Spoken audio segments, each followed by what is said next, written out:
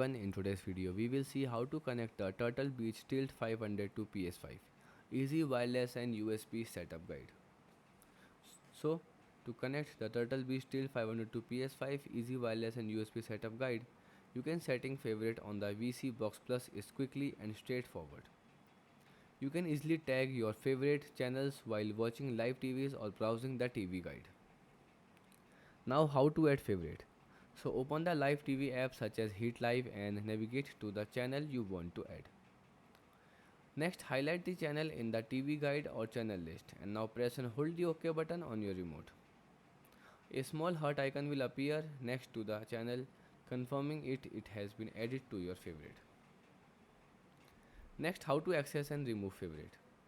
The step 1 accessing, you can pull up your favorite channel from the TV guide by switching categories or by accessing the dedicated favorite menu.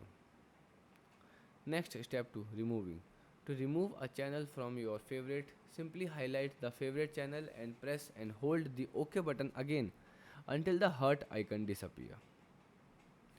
Goodbye, thanks for watching.